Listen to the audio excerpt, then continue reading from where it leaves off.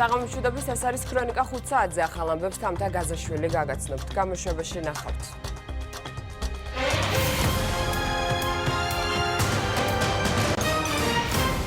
დიმიტრი გურიტიშვილმა ნაზი ჯანაზაშვილი და ანა დოლიძე ცილის მწამებლური კამპანიის დაწყებაში დაადანაშაულა. ილიას უნივერსიტეტის ხელმძღვანელობა სტუდენტებთან შეხვედრაზე ფაკულტეტის სტრუქტურის გადახედვაზე შეთანხმდა.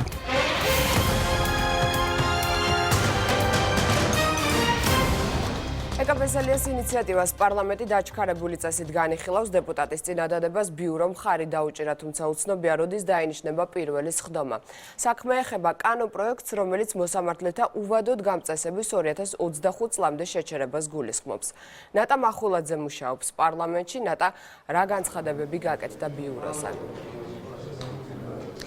პირველ რიგში გეტყვით იმას, რომ ამ წუთებში მიმდინარეობს კონსულტაციები დეპუტატებს შორის, თუ როდის მოხდეს კომიტეტის სხდომის ჩანიშვნა. როგორც ანდრე ოხანაშვილმა ჩვენთან საუბარში განაცხადა, ის უკავშირდება კომიტეტის წევრებს და არ არის გამორიცხული, რომ კომიტეტის სხდომა გაიმართოს დღესვე. თუმცა დეპუტატთა ნაწილი ამბობს, რომ ხვალიდან უმჯობესი იქნება დაჩქარებული წესით ეკაბესელიას კანონპროექტის განხილვა, რომელიც გულისხმობს უვადოდ მოსამართლეთა დანიშვნის გადავადებას. ვიდრე გადაწყვეტილებას მიიღებდნენ ბიუროზე და კენჭისყრაზე დადგებოდა ეს საკითხი, საკმაოდ ცხარე დისკუსია იყო.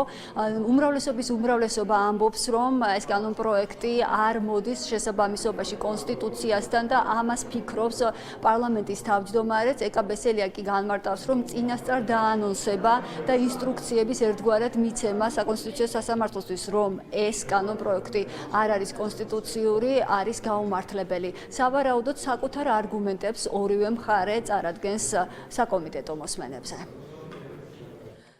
მე აქ არ ვსაუბრობ, მე არ მგონია რომ ეს ფორმატი იყო, სადაც ერთმანეთს ესე ვთქვათ, ან კონსტიტუცია უნდა ვასწავლოთ, ან სამართლებრივი არგუმენტები აქ უნდა ვილაპარაკოთ. ამისთვის არსებობს საკომიტეტო და სასესიო ფორმატი და მე სწორედ ამ ფორმატებს ველოდები, რომ არა კამერებით ვილაპარაკოთ ერთმანეთს რომელი არგუმენტი არის წონადი, არამედ იქ ვილაპარაკოთ ამ არგუმენტებზე და კონსტიტუციურობის ტესტს სხვათა შორის ყველა კანონპროექტი გადის იმ დოზით, რა დოზითაც პარლამენტი ამას უნდა აკეთებდეს და არა საკონსტიტუციო სასამართლოს მანდატით და არა მხოლოდ ამ კანონპროექტს ეხება ეს.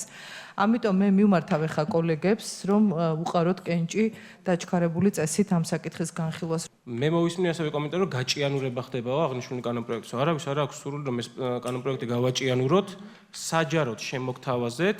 ბატონმა გედიმ დამირეკა ასევე და მასაც დაუდასტურე მზაობა, შევიკრიბოთ და ვიმსჯელოთ. ჩვენ მხარს უჭერთ ამ საკითხის დაჩქარებული წესით განხილვას და როგორც საკითხია, ეს არ არის გუნდის შიგნით გადასაწყვეტი საკითხი.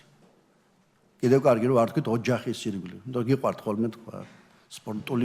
სპორტული ოჯახი და უმრავლესობის ოჯახი და უმრავლესობის გუნდი სასამართლოების საკითხი არის მთელი ქვეყნის დღეს სატკივარი და მსჯელობის საკითხი. ჩვენ შეიძლება ორდღიან რეჟიმში ვიმუშაოთ ამ კვირაში, ანუ ხვალდაზე, შეიძლება ხუთშაბათს და პარასკევს არ ქონდეს სხდომები, შეიძლება ტექნიკურადაც ვერ მოესწროს ამ კანონპროექტის განხილვა. თუ არა და მოგვიწევს ამ შემთხვევაში ხუთშაბათს და პარასკევს ორი დღით მუშაობის გაგრძელება ამ კანონპროექტის გამო. შეგვიძლია იმ დათქმით უყაროთ ჩვენ კენჭი დაჩქარებული წესის განხილვას, რომ გადავიტანოთ ორ კვირაში, ანუ შემდეგ პლენარულზე ერთი კვირის განმავლობაში განვიხილოთ და მივიღოთ უარეს მისაღები. შემოვიღოთ მორატორიუმი, გავწეროთ პროცესები, დავალოდოთ ამ იუსტიციის სკოლას და მივცეთ რეალურად ადამიანებს საშუალება გახდნენ მოსამართლეები სწორ პროცესში და არა არასწორ პროცესში. დღეს არასწორ პროცესში ხდებიან ისინი მოსამართლეება და სოციალური და პოლიტიკური მდგომარეობა დღეს არის შეიძლება ესეთი, მაგრამ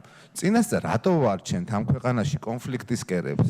ეს ხო კონფლიქტის კერა არის. აქ ვინც ვხედავთ, სამი ადამიანი თუ ორი თუ ერთი რომ მოითხოვს დაჩქარებულად განხილვას, მას აქვს მხოლოდ წვდომა საზოგადოებასთან და ჩვენ ვერ გვგრძნობთ ჩვენი საზოგადოების პულს, ძალიან კარგად გვგრძნობთ, შუამავალი არ გვჭირდება არავის საზოგადოებასთან, ვიცით საზოგადოების დაკვეთა, გაცხადდა პარლამენტის მხრიდან, რომ ეს უნდა იყოს გამჭვირვალედ წარმართული პროცესი, უნდა შემუშავდეს კრიტერიუმები და ღირსეული, სანდო და პროფესიონალი კანდიდატები უნდა იყვნენ შერჩეული ასეთ მაღალ პოზიციაზე. აქ ლაპარაკი არის იმ ოდიოზურ მოსამართლეებზე, რომლებსაც გამოტანილი აქვს ეგრეთ წოდებული მკვლელი განაჩენები. არავითარ შემთხვევაში ჩვენ მოსამართლეთა კორპუსს არ ვაყენებთ შეურაცხყოფას და მოსამართლეთა კორპუსის დისკრედიტაციას არ ვეწევით. მაგრამ კიდევ ერთხელ მინდა ვთქვა, მარტივი ამოცანაა. ყველაფერს მოასწრებთ, როცა გინდათ ხოლმე. 10 საათზეც იღვიძებთ, კომიტეტიც იკრიბება და გადაწყვეტილებებსაც იღებთ და მე მგონი არ არის ძნელი გაიღვიძოთ 10 საათზე, შევიკრიბოთ, განვიხილოთ ეს საკითხი და დაჩქარებული წესით გამოვიტანოთ პლენარულ სხდომაზე. კიდევ ერთი საკმაოდ დაძაბული დისკუსია გაიმართა ბიძინა გედგირიძის კანონპროექტთან დაკავშირებით. დეპუტატი ითხოვდა, რომ ერთხელ უკვე ჩაგდებული კანონპროექტი, რომელიც სესიაზე ვერ განიხილეს, თავიდან მომხდარიყო მისი განხილვა. საქმე ეხება სარეკრეაციო ზონების მოწყობას, ანუ მაგალითად, რომ არ შეიძლება ნებართვების გაცემა მშენებლობებზე, იქ სადაც არის სარეკრეაციო ზონები და ასევე სპორტული მოედნები. დღეს ირაკლი კობახიძემ ბიძინა გეგიძეს რეგლამენტის გადახედვა ურჩია. ანუ კენჭისყრაზე დავაყენო რეგლამენტის დარღვევით გადაწყვეტილების მიღების საკითხი. როგორ შეიძლება მაგას გაკეთებინო? იგივე სესია წერია რეგლამენტში, ვინმე მითხრას. არ წერია. სასესიო პერიოდში აბა რას ნიშნავს? იგულისხმება რას ნიშნავს? არა, სასესიო პერიოდში რას ნიშნავს? როგორ? სასესიო პერიოდში რას ნიშნავს? სასესიო პერიოდი ნიშნავს სასესიო პერიოდს. ანუ? კონსტიტუციით სასესიო პერიოდი დამთავრდა დეკემბრისთვის მესამე პარასკევს. პარლამენტის ბიურო არ არის ის ადგილი, სადაც ქართული ენის სწავლება შეიძლება მოხდეს იურისპრუდენციაზე აღარ ვამბობ. არ შეიძლება გაუგონა რამეს ამბობთ ბატონო ვიცი. რას ვამბობ გაუგონარს ბატონო ირაკლი აბა მითხარით? იგივე წერია სადმე იგივე სესია? სასესიო პერიოდში რას ნიშნავს? იგივე სასესიო პერიოდი წერია?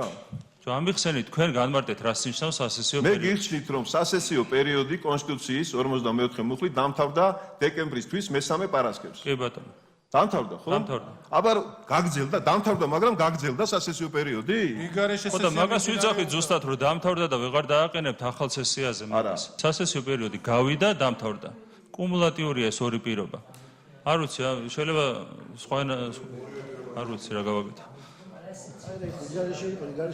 არაფერი თავიდან უნდა დაინიციროს და უთხარით ეს კაცი. ასე რომ ამ წუთებში ჩვენ ველოდებით ანდრე ოხანაშვილს, რომელიც იმყოფება ბიუროს ოთახში და სავარაუდოდ კონსულტაციებს გადის პარლამენტის თავმჯდომარესთან. სწორედ ანდრე ოხანაშვილის განცხადების შემდეგ გახდება ცნობილი, როდის ჩაინიშნება დაჩქარებული წესით განხილვა ბესელიას მიერ ინიცირებული კანონპროექტის, როდის გაიმართება იურიდიულ საკითხთა კომიტეტის სხდომა, იქნება ეს დღეს თუ ხვალ დილით 10 საათზე სესიის დაწყებამდე. მადლობა ნატა მახულაძე საუბრობდა პირდაპირ ეთერში. ლევან გოგიჩაიშვილსა და ანდრე ოხანაშვილს შორის შელაპარაკება მოხდა იურიდიულ საკითხთა კომიტეტის სხდომაზე. დეპუტატმა თავმჯდომარისაგან სიტყვა მოითხოვა, საპასუხოდ კი ოხანაშვილმა გოგიჩაიშვილს კითხვის მოგვიანებით დასმა შესთავაზა. თავმჯდომარემ კანონმდებელს წესრიგის დაცვისაკენ მოუწოდა. ლევან მერერა რო ეხა წამყვანი ხარ კითხვა მაქვს მერერა რომ კითხვა რო გაქვს აქ წესებს ძალიან კარგი რომ იურიდიულ საკითხთა კომიტეტში წესები დაიცავი და რა თქმა უნდა მოგცემ სრულად კითხვა თქვა წეგან ხელი აუწია და არ შემომიჩნია მოითმინე და მოგცემ დავამთავრებ კითხვას ბატონო რას ქვია დაამთავრებ კითხვა უნდა დავსვა სად ვართ იურიდიულ საკითხთა კომიტეტში ვარ და წესებს ვიცავ და რაზე ლაპარაკი წესებს ვიცავ პარლამენტის წევრი ვარ და უფლება მაქვს მოვითხოვ კითხვა როცა მინდა მაშინ მინდა და ეხლა მე აქ არ მივიღებ რაღაც თქვენ იყავით 7 და ეს ვარ და ამიტომ მოგიწოდებ რომ დამელოდო მოგცემ სიტყვას ვერ დაგელოდებით ბატონო ანდრე ძალიან მეჩქარება და იმიტომ ვერ დაგელოდებით ბრძანეთ თუ გეჩქარებათ ბრძანეთ ლევან მუშაობა გინდათ კომიტეტში მე მუშაობ კომიტეტში და რომ მუშაობ ზუსტად კომიტეტში ხა დიდი ბოდიში ხა ერთმანეთში ეს კი არ არის აქ რაღაცა ბიუროკრატიული შეხვედრა პარლამენტის წევრების შეხვედრა არის იურიდიულ კომიტეტში პოლიტიკური ორგანო არის ბატონო ანდრე პოლიტიკური ორგანო არის როგორც თქვენ იქცევით ეს არ არის სწორი საქართველოს პრეზიდენტი საფრანგეთში ვიზიტს განაგრძობს. ოფიციალური ნაწილი დღეს საფრანგეთის სენატის თავმჯდომარესთან შეხვედრით დაიწყება. ხვალკი სალომე ზურაბიშვილს ემანუელ მაკრონი უმასპინძლებს. პრეზიდენტი იმედოვნებს, რომ საფრანგეთის მხარდაჭერა საქართველოსადმი კიდევ უფრო აქტიური იქნება. პირველ რიგში მადლობას ვეთყვი საქართველოს მოსახლეობის მხრიდან იმ გაწეულ მართლაც დახმარებისთვის, რომელიც დაიწყო აი 100 წლის წინ, როცა აქ მიიღო საფრანგეთმა თითქმის 100 წელი, როცა საფრანგეთმა მიიღო და ბოლომდე შეინარჩუნა საქართველოს ემიგრაცია და ბოლოს დაგვეხმარა ამ სასახლის გადმოცემაში და ჩვენი საგანძურის გადმოცემაში ადრეც და შემდგომ 2008 წელს როცა გაგვიწია ის დახმარება, რომელმაც მართლაც გააჩერა რუსეთის ჯარები, როგორ იყო, რა იყო და სხვანაირად თუ შეიძლებოდა ეს ბევრი კითხვები შეიძლება იყოს, მაგრამ ეს გაჩერება ურთულოდ დაკავშირებული არის სარკოზის ჩასვლასთან ჯერ მოსკოვში, შემდგომ თბილისში და ამაზე ჩვენ მხოლოდ მადლობა გვეთქვის. მე-17 საუკუნის ფერწერული ტილო, რომელიც საქართველოს გერმანიას გადასცა, დრეზდენის გალერეაში განათავსეს.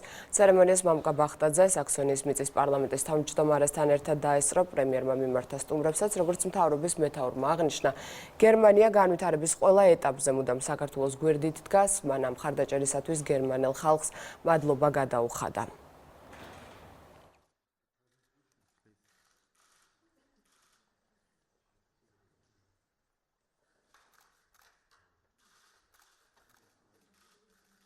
დღეს თქვენს ლამას და ისტორიულ მუზეუმს უბრუნდება პიეტრო ფრანჩესკო ჩიტადენის ცნობილი ნატურმორტი და მე ვფიქრობ ეს არის ისტორიული სამართლიანობის აღდგენა. ჩვენ სრულიად შემთხვევით აღმოვაჩინეთ ერთ-ერთი ჩვენი მოქალაქის ოჯახში მის კერძო საკუთრებაში ეს ტილო, რომელიც რამდენიმე ათწლეულის წინ ერთ-ერთ საბჭოთა ოფიცერს ჰქონდა ჩამოტანილი. საქართველოს ევროპულ ცივილიზაციასთან ბევრი რამ აკავშირებს, მათ შორის უძველესია ოქროსაწმისი. გარდა ამისა, ეს არის ქრისტიანობა, რომელიც ასევე მნიშვნელოვანია ქართულ ევროპული იდენტობისთვის. კულტურა იწყება ქართულ ენაზე ზრუნვით და ის, რომ დღეს დრეზდენის მუზეუმში ქართული ენა გვესმის, უკვე მნიშვნელოვანი კულტურული სიმდიდრეა. ჩვენ შორის მჭიდრო ურთიერთობები არსებობს. გერმანიამ აღიარა საქართველოს პირველი დემოკრატიული რესპუბლიკა 1918 წელს და ეს მეგობრობა დღესაც გრძელდება. ბატონო პრემიერ-მინისტრო, კიდევ ერთხელ დიდ მადლობას გიხდით ტილოს დაბრუნებისთვის. ჩვენთვის ძალიან მნიშვნელოვანი მოვლენაა, რომ ჩიტადენის ეს ტილო დრეზდენის ძველი ოსტატების გალერეას უბრუნდება. ბატონო პრემიერ-მინისტრო, დიდ მადლობას გიხდით სტუმრობისთვის. 1953 წლამდე ეს ნახატი ინახებოდა ერთ-ერთი საქსონიელი თავადის სახლში. მოგვიანებით ის გადაიტანეს დრეზდენის ერთ-ერთ საგამოფენო სივრცეში, თუმცა ის მოგვიანებით გაუჩინარდა. მრავალი წლის შემდეგ აღნიშნული ფერწერული ტილოს დაბრუნება ჩვენთვის ღირსშესანიშნავი მოვლენაა. ამ ნახატს ჩვენთვის ისტორიული მნიშვნელობა აქვს და გერმანელი ხალხის სახელით კიდევ ერთხელ დიდ მადლობას გიხდით მისი დაბრუნებისთვის. მნიშვნელოვანია, რომ ქვეყანაში ბანკებს შეეძლოთ ფუნქციონირება, თუმცა მნიშვნელოვანია მათი კონტროლიც. განცხადება საქართველოში გერმანიის ელჩმა გააკეთა. დიპლომატის თქმით, ის ენდობა ეროვნულ ბანკს. მე აქვე გეტყვით, რომ მარეგულირებელი TBC ბანკისგან სამეთვალყურეო საბჭოს თავმჯდომარის და თავმჯდომარის მოადგილის მიერ საბჭოს წევრობის დატოვებას ითხოვს. მათივე ინფორმაციით, რეგულატორის მოთხოვნა უკავშირდება 2007-2008 წელს შესრულებულ კონკრეტულ ტრანზაქციებს. ძალიან მნიშვნელოვანია, რომ ქვეყანაში ბანკებს შეეძლოთ ფუნქციონირება, თუმცა აგრეთვე მნიშვნელოვანია, რომ კონტროლდებოდნენ ისინი. მე ვენდობ ეროვნულ ბანკს და მის კომპეტენციას და ვიმედოვნებ, რომ ის შეასრულებს თავის მოვალეობას. TBC ბანკის საქმისა და ანაკლიის პროექტის ერთმანეთთან დაკავშირებას იუსტიციის მინისტრი სპეკულაციას უწოდებს. თეატრულუკიანმა თემაზე გადაცემა იმედი ლაივში ისაუბრა. მისი თქმით, ანაკლიის სპორტის მშენებლობა ხაზარაძის იდეა არ ყოფილა, ეს სახელმწიფოს პროექტი იყო, რომლის ჩავარდნაც არავის უნდა.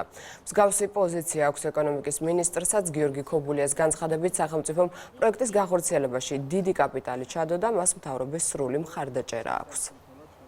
ავადნე გიორგი არის ჩვენთან სტუდიაში. ისე არის წარმოჩენილი, თითქოს ანაკლი არის ხაზარაძის პროექტი. ანაკლი არის სახელმწიფოს პროექტი და სახელმწიფომ გამოაცხადა ტენდერი და მოისურვა ანაკლის სპორტის მშენებლობაში. სახელმწიფოს საკუთარი პროექტის ჩავარდნა რატომ უნდა უხაროდეს? ამიტომ მე არ დავაკავშირებდი ერთს მეორესთან.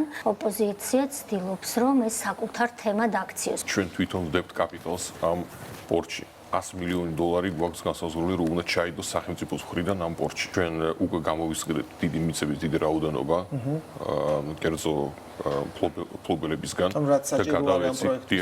ეს არის სახელმწიფო მიწები. უმეტესობა არ იყო და ეს არის უფასო. ჩვენ დავხარჯეთ 70 მილიონ ლარზე მეტი. ამის შემდეგ ჩვენ კიდევ ვაპირებთ საკმაოდ დიდი ინფრასტრუქტურის აშენებას, გზების, რკინიგზის ჩათვლით. ბიზნეს ომბუდსმენი მზად არის TBC ბანკის ხელმძღვანელობას შეხვდეს ირაკლი ლექვინაძე მხარებს პოლიტიკური განცხადებებისაგან თავის შეკავებას ურჩევს. თემაზე კომენტარი გააკეთა საბანკო ასოციაციის ხელმძღვანელმაც ალექსანდრე ეძნელაძის შეფასებით TBC წამყვანი ფინანსური ინსტიტუტია და მის სტაბილურობას განვითარებული მოვლენები ვერ დააზარალებს. ჩვენ ნებისმიერ დროს მზად ვართ შესახვედრად და იმაზე მეტი ინფორმაციის მოსასმენად, ვიდრე გაჟღერებულია პრესაში. ჩვენ ამასთან დაკავშირებით, ამ ბანკთან მიმდინარე პროცესებთან დაკავშირებით გავაკეთეთ უკვე რამდენიმე განცხადება.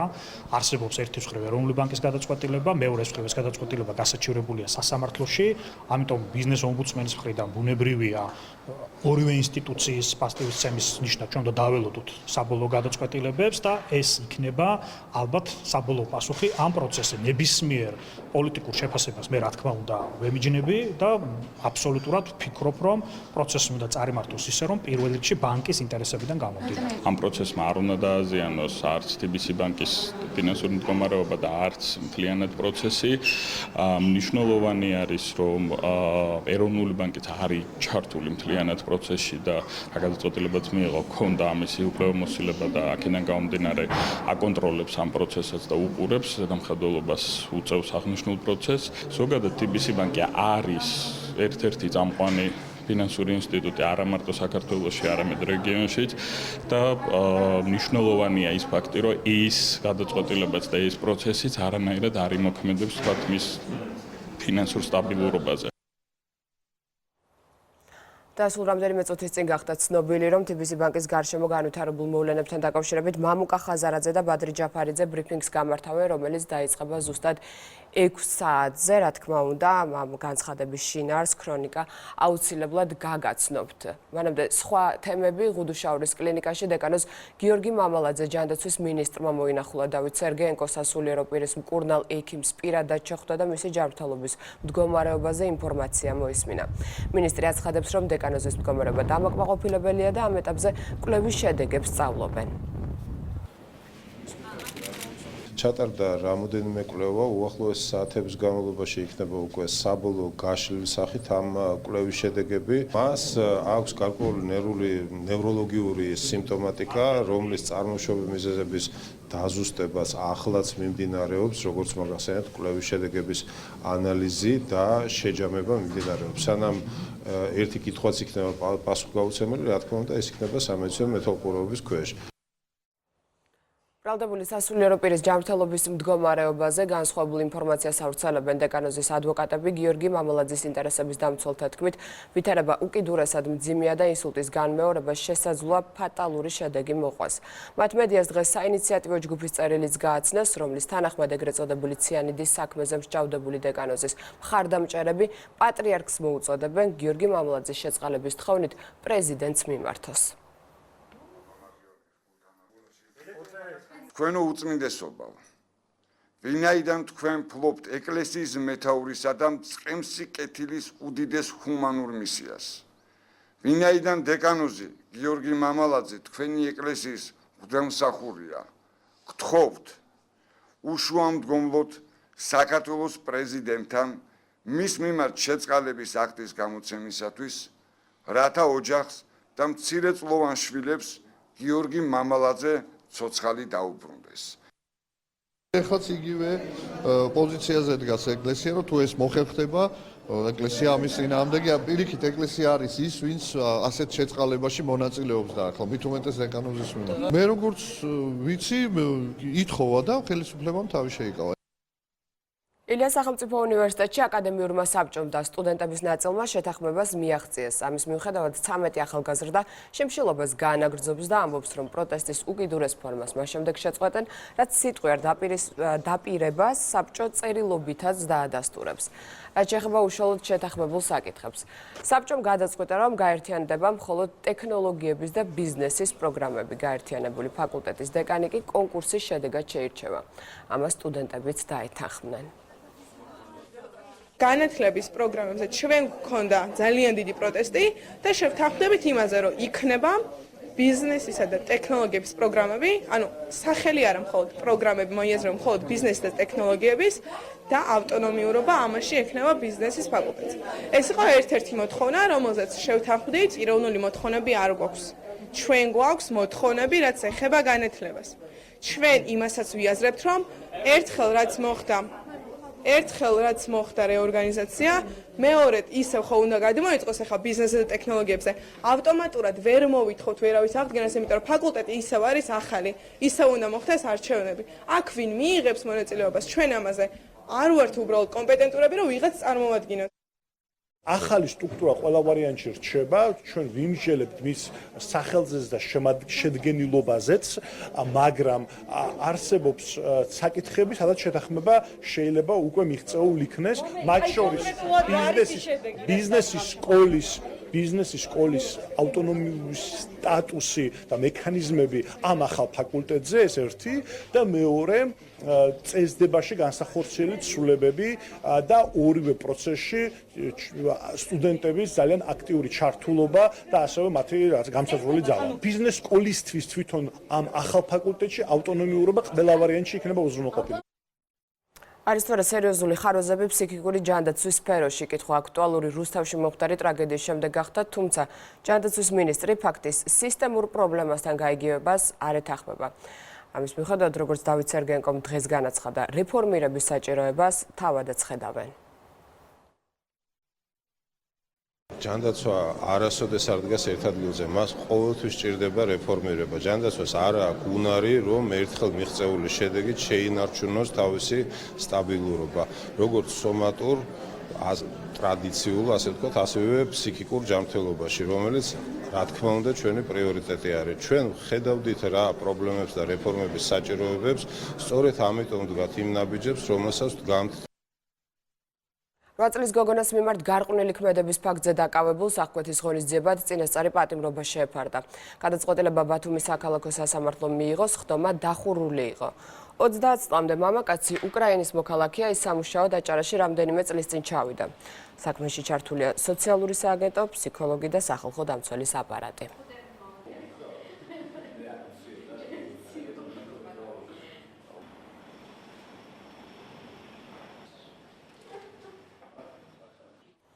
კამეთის ფონზე მიმდინარეობს იუსტიციის უმაღლესი საბჭოს სხდომა. მოსამართლე წევრი დიმიტრი გვრიტიშვილი არამოსამართლე წევრებს სიძულვილის ტირაჟირებაში ადანაშაულებს. ამბობს, რომ ნაზი ჯანეზაშვილმა და ანა დოლიძემ მოსამართლეების წინააღმდეგ ცილისმწამებლური კამპანია დაიწყეს. მარიამ ქართველიშვილი აშუქებს იუსტიციის უმაღლესი საბჭოს სხდომას. მარიამ, რა გახდა ამ მძიმე ბრალდებების საფუძველი და რით იხსნის საკუთარ განცხადებას მოსამართლე გვრიტიშვილი? ხმაური და სიტყვიერი დაპირისპირება იუსტიციის უმაღლეს საბჭოს სხდომაზე მას შემდეგ დაიწყო, როდესაც მოსამართლე წევრმა დიმიტრი გვრიტიშვილმა ნაზი ჯანეზაშვილი მოსამართლეების დისკრეტაციაში და მიზან მიმართულ ცილისწამებლურ კამპანიაში დაადანაშაულა. საუბარია ნაზი ჯანეზაშვილის მიერ მისსავე სოციალურ ქსელში საკუთარ გვერდზე გაზიარებულ სიუჟეტზე, სადაც საუბარი იყო მოსამართლეების ქონებაზე. ნაზი ჯანეზაშვილმა ამ სიუჟეტის სათაურად დაწერა, რომ სასამართლო გახრწნის პირას არის. მალევე გამოჩნდა იუსტიციის უმაღლეს საბჭოს სხდომაზე სააპელაციო სასამართლოს მოსამართლე თამარ ალანია და ასევე უზენაეს სასამართლოს მოსამართლეობის კანდიდატი მერაბ გაბინაშვილი. მათაც ჰქონდათ შეიძლება ითქვას ნაზი ჯანეზაშვილთან საკმაოდ მწვავე კითხვები, მაგალითად თამარ ალანია ნაზი ჯანეზაშვილს დემაგოგიაში ადანაშაულებს და ამბობს, რომ ის მოსამართლეებს შეურაცხყოფას აყენებს, როდესაც მსგავსი სიცრუის ტირაჟირებას ახორციელებს. საპასუხოდ ანა დოლიძემ განაცხადა, რომ მოსამართლეების დეკლარაციებთან დაკავშირებით არსებობს კითხვები და იმისათვის, რომ ეს კითხვები საზოგადოებაში არ დაჩეს, საჭიროა საპარლამენტო დონეზე შეიქმნას საგამოძიებო კომისია, რომელიც დეტალურად განიხილავს მოსამართლეების ქონებრივ დეკლარაციებს, თუმცა ამის საპასუხოდ ხმაურის ფონზე მიმდინარეობდა კითხვა-პასუხის რეჟიმი და მოსამართლემ მერაბ გაბინაშვილმა აღნიშნა, რომ 1 წლის წინ, როდესაც მიმდინარეობდა მიმდინარეობდა მოსამართლეების გასაუბრების პროცესი, არა მოსამართლე წევრებს ხელთ ჰქონდათ მათი ქონებრივი დეკლარაცია და 1 წლის წინ არავითარი კითხვა არ არსებობდა ამ დოკუმენტებთან დაკავშირებით, რაც შეეხება ნაზი ჯანეზაშვილს, მან თქვა, რომ მისი თავისუფლება მის სოციალურ ქსელში რას გააზიარებს, თუმცა ის ამბობს, რომ საზოგადოებაში არსებობს კითხვის ნიშნები და ამ კითხვის ნიშნების აღმოფხვრისთვის საჭიროა, რომ პროკურატურამ გამოძიება დაიწყოს. გუში საზოგადოებამ და ჩვენც იხილა საბჭოს წევრთა აბსოლუტურად უპასუხისმგებლო შეფასებები. ერთი მათგანი აცხადებს, რომ სასამართლო ხელისუფლება არის გახცნის პირას და რომ სასწრაფოდ უნდა დაიწყოს გამოძიება, მოსამართლეთა ქონება შეძენილი ხომ არ არის უკანონო გზებით და მეორე წევრი აცხადებს, რომ საქართველოს პარლამენტში უნდა შეიქმნას სასწრაფოდ საგამოძიებო კომისია იგივე საკითხის გამოსაძიებლად. რატომ შეჰყავთ საზოგადოება მიზანმიმართულად შეცდომაში, რატომ საუბრობენ ფაქტიურად სიძულვილის ენით თესე მიზანმიმართულად სასამართლო ხელისუფლების და მოქმედი მოსამართლეების მიმართ? ბატონ დიმიტრის დიდი მადლობა იმისთვის, რომ წამოწია საკითხი იმ დემონიზაციის თაობაზე, რომელიც თითოეული მოსამართლეს მიემართება დღეს. და ეს არის მიზანმიმართული კამპანია, რომელშიც სამწუხაროდ თქვენ ქალბატონ ნაზი ხართ ჩართული. ერთხელ მაინც თქვენ მისულ ხართ სასამართლოს თქმის დარბაზში მოსამართლესთან და გითქვამთ, არ შეგეშინდეს მე შენს გვერდით ვარ, გითქვამთ? არავისთვის. ჩუმა ხალხო, ჩამიცი როგორ დადიხართ, მაგრამ არასოდეს არ გითქვამთ თქვენ და არასოდეს გაგიმხრევებიათ მოსამართლე საჯაროდ, რომ გეთქვათ ხალხნო, ხელები უკან სასამართლოსგან. არა, თქვენ ამას არ აკეთებთ, თქვენ ხართ ჭირდება. თქვენ ჭირდება პირიქით. მოსამართლეები ასეთები, ისეთები ყოველ დავუსაბუთო და მე თან დაკარგი პოზა არა. ის არ ვიცი მე დადასტურდება თუ არა, მაგრამ ცუდია გლახა. ეს ჭორაობა აქ ბატონო და თქვენ ხართ საჯარო მოხელე. მოსამართლეთა აღწერეთ ერთი რასტიშოს ირონია. მე ვიფორს ხდება მეტება, იუმორი მეტება თუ. გავიცინეთ თქვენ შეგეკითხოთ ბატონო თამარ. გამოძიება უნდა ჩატარდეს თუ არა, იმაზე რა გამოძიება დამთავრდება, რატო აკეთებ შეფასებას? გასწრება გავაკეთე, გამოძიება უნდა ჩატარდეს, დია. აი ეს არის მრავალგვერდიანი და მრავალფურცლიანი ფინანსური ვალდებულებების დოკუმენტი, რომლითაც მე შეძენილი მაქვს ის ქონება და ანალოგიური დოკუმენტები შეუძლია თითეულმა ვინც ამ სიუჟეტში იყოს, მოიტანოს ტელევიზიაში და სკრუპულოზულად გაიაროს, არა მარტო საგამოძიებო ორგანოებში, არამედ ტელევიზიაში. თუ გადაარდოთ ეს საკითხი, მე ვფიქრობ, პარლამენტს უნდა მიმართოთ, მე გუშინაც მიმართე. შექმნა საგამოძიებო კომისია. ამას არ დაჭირს სწორედ იმ საბუთების მეშვეობით, რა საბუთების თქვენ ხელთ გააქვთ, არ დაჭირდება ამას ძალიან ღრმა გამოძიება, ვიღაცა შეძლებს რომ დაადგინოს საქართველოს პარლამენტში. გააქვს თუ არა ადგილი რაღაცა სისტემურად სამოხელეო დანიშნულს. უვადო მოსამართლეებმა თამარ ალანიამ და მერაბ გაბინაშვილმა იუსტიციის უმაღლესი საბჭო უკვე დატოვეს. შეიძლება ითქვას, რომ ხმაური და დაპირისპირება უკვე ამოწურულია. ამ წუთებში კი იუსტიციის უმაღლესი საბჭოს მოსამართლე და არამოსამართლე წევრები ფრანგული კომპანია იფსოს მიერ მომზადებულ კვლევაზე მსჯელობენ. მადლობა მარიამ ქართველიშვილი საუბრობდა პირდაპირ ეთერში. რამდენიმე თვეში შესაძლო ავტომობილის დაზღვევა სავალდებულო გახდეს. შესაბამისი ინიციატივის განხილვა პარლამენტში დაიწყო. ადამიანის უფლებათა დაცვის კომიტეტზე მთავრობის წინადადების შესახებ უკვე იმსჯელეს, თუმცა კენჭისყრა გადაიდო. ინიციატივის თანახმად დაზღვევის თანხა მანქანის კატეგორიის მიხედვით განისაზღვრება. შემოთავაზებული ვარიანტით ყოველწლიური გადასახადი მსუბუქი სატრანსპორტო საშუალებისათვის 75 ლარიდან 150 ლარამდე იქნება. სასოფლო-სამეურნეო მანქანებისათვის 60-დან 90-მდე, ავტობუსებისათვის 160-დან 240 ლარამდე, სატვირთო ავტომობილებისათვის კი 210 ლარიდან 310 ლარამდე. ბენეფიციარი სადაზღვეო კომპანიას თავად აირჩევს. ეკონომიკისა და სადაზღვეო სფეროს დაუდევრობის უყურადღებობის არასაკმარისი ცოდნის დაბული რომ ბიურო ეს არის სტრუქტურა, რომლის ზედამხედველობას საფინანსო სახელმწიფო ზედამხედველობის სამსახური თავისთავად განახორციელებს. ბიურო ანგარიშვალდებული იქნება მთავრობის წინაშე. ყველა სადაზღვეო კომპანიას ექნება სურვილი 15 დღის ვადაში უნდა მომართოს სააგენტოს და შესაბამისად განაცხადოს ამ სურვილის თაობაზე, თუმცა ეს არ ნიშნავს იმას, რომ საბოლოოდ თუ კი ახალი სადაზღვევო კომპანია გამოთქვას სურვილს ამ სისტემაში ვერ ჩაერთვება. მსუბუქი ავტომობილისთვის დადგენილი არის 100-დან 150 ლარამდე, მოტოციკლეტისთვის დადგენილი არის 75-დან 100 ლარამდე, შემდგომ უკვე მოდის ავტობუსისთვის 160-დან 240 ლარამდე არის დადგენილი და 240-დან 300 ლარამდეა სატვირთო ავტომობილისთვის დადგენილი ეს სადაზღვევო პრემია, არა ლიმიტი. ხშირი არის შემთხვევები, რომ მესამე პირები, რომლებიც ამ ავტოავარიის შედეგად არიან დაზარალებული, რეალურად ვერ იღებენ შესაბამის ანაზღაურებას, ეს ეხება ქონებას, თუ ეს ეხება ჯანმრთელობას. ამიტომ ის რეგულაციები, რაც ზოგადად მოქმედებს განვითარებულ დასავლურ ქვეყნებში, უნებრივია არის მისასალმებელი, მაგრამ იმავდროულად აქ არის შემოდის დაზღვევის ისეთი სახე, რაც სავალდებულო იქნება კონკრეტული მანქანის მფლობელებისთვის და ბუნებრივია აქ ჩვენ ძალიან ფრთხილად უნდა ვიყოთ იმისთვის, რომ არ მოხდეს, ვთქვათ, ადამიანებისთვის ზედმეტი ვალდებულებების დაკისრება.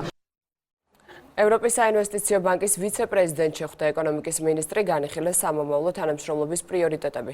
ყურადღება გამახვილდა ორ ახალ მიმართულებაზე, რომელთა შორისაა თანამშრომლობა ენერგოეფექტურობის დანერგვის და ქვეყანაში პირდაპირი უცხოური ინვესტიციების მოზიდვის ხელშეწყობის მიმართულებით.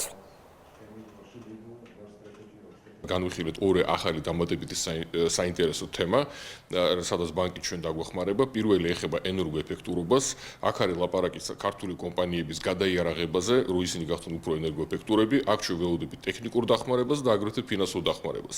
მეორე მნიშვნელოვანი საკითხი ეხება პირდაპირ უცხოურ ინვესტიციებს, სადაც ბანკი ჩვენ დაგვეხმარება. დღის სხვა ამბებზე ვისაუბრებთ რეკლამის შემდეგ, ასე რომ დაგველოდეთ.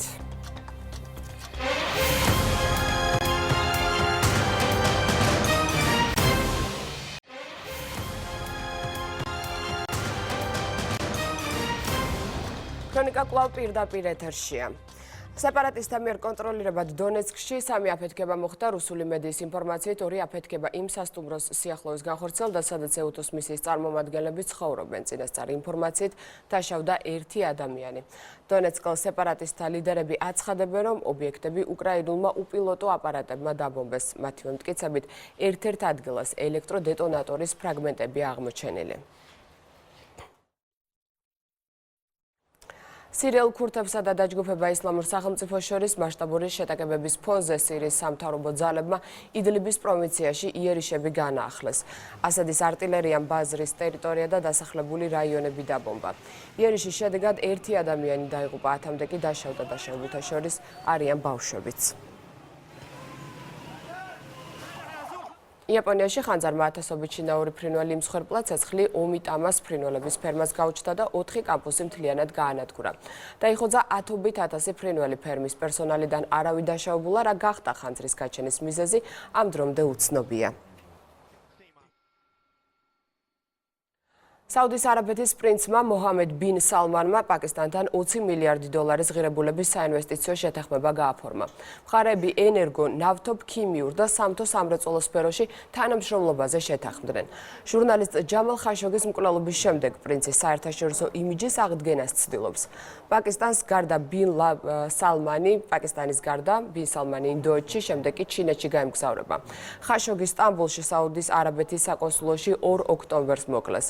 ჟურნალისტი ელ-რიადის მიმართ კრიტიკულად იყო განწყობილი. დონალდ ტრამპი თავისი რეიტინგით კმაყოფილია, შესაბამისი პოსტი მან ტვიტერის გვერდზე გამოაქვეყნა. ჩემი რეიტინგი 52% შეადგენს. რესპუბლიკურ პარტიაში კი 93%-იანი რეიტინგი მაქვს. ეს შესანიშნავი შედეგია იმის გათვალისწინებით, რომ მედია ჩემს მოღვაწეობას უმეტესად ნეგატიურად აშუქებს. ხალხი ჭკვიანია, წერს თეთრი სახლის ლიდერი. საფრანგეთის დედაქალაქში ტატუს ჩემპიონატი იმართება ცნობილმა ფრანგმა ტატუირების სპეციალისტმა ტინტინმა, რომლის სვირინგებიც არაერთ ცნობილი ადამიანის სხეულს ამშვენებს, მინი სპექტაკლი წარმოადგინა. პერფორმანსში ქორეოგრაფი და მოცეკვავე ფილიპ დე კუფლე მონაწილეობდა. ჩემპიონატს პარიზი უკვე მე-9-ად მასპინძლობს. ყველა მსურველს შეუძლია სვირინგის თემატიკა თავად შეარჩიოს. ნიცაში ტრადიციული კარნავალი დაიწყო ქალაქში 2 კვირის განმავლობაში კონცერტები, ყვავილების ფესტივალი და გიგანტური თოჯინების აღლუმი გაიმართება. წელს ნიცაში ჯამბაზების ფორმაში გამოწყობილი მსოფლიო ლიდერების თოჯინები გამოჩნდნენ. მათ შორის დონალდ ტრამპი, ანგელა მერკელი, ემანუელ მაკრონი, ვლადიმერ პუტინი და კიმ ჩენ ინიც არიან. ვენეციაში კი გონდოლების ტრადიციული აღლუმი გაიმართა, ულამაზესი სანახაობა კანარეჯოს არხში მოეწყო. 130-მდე გონდოლაში მეკობრეების, პრინცესების და სუპერგმირების კოსტიუმებში გამოწყობილი პერსონაჟები ისხდნენ. ტრადიციას სათავეს შუა საუკუნეებიდან იღებს. აღლუმი ვენეციის კარნავალის პირველ დღეს იმართება. მსოფლიოში ცნობილი კარნავალი წელს 5 მარტამდე გასტანს.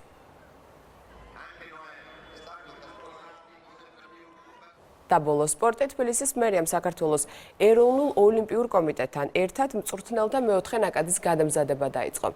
გადამზადების პროცესს 60-ზე მეტი მწვრთნელი გაევლეს. პროექტის ფარგლებში მსგავსი კურსები უკვე 150 სპეციალისტმა გაიარა. გადამზადების კურსები სპორტის უნივერსიტეტის მაღალკვალიფიციური სპეციალისტების ხელმძღვანელობით ტარდება.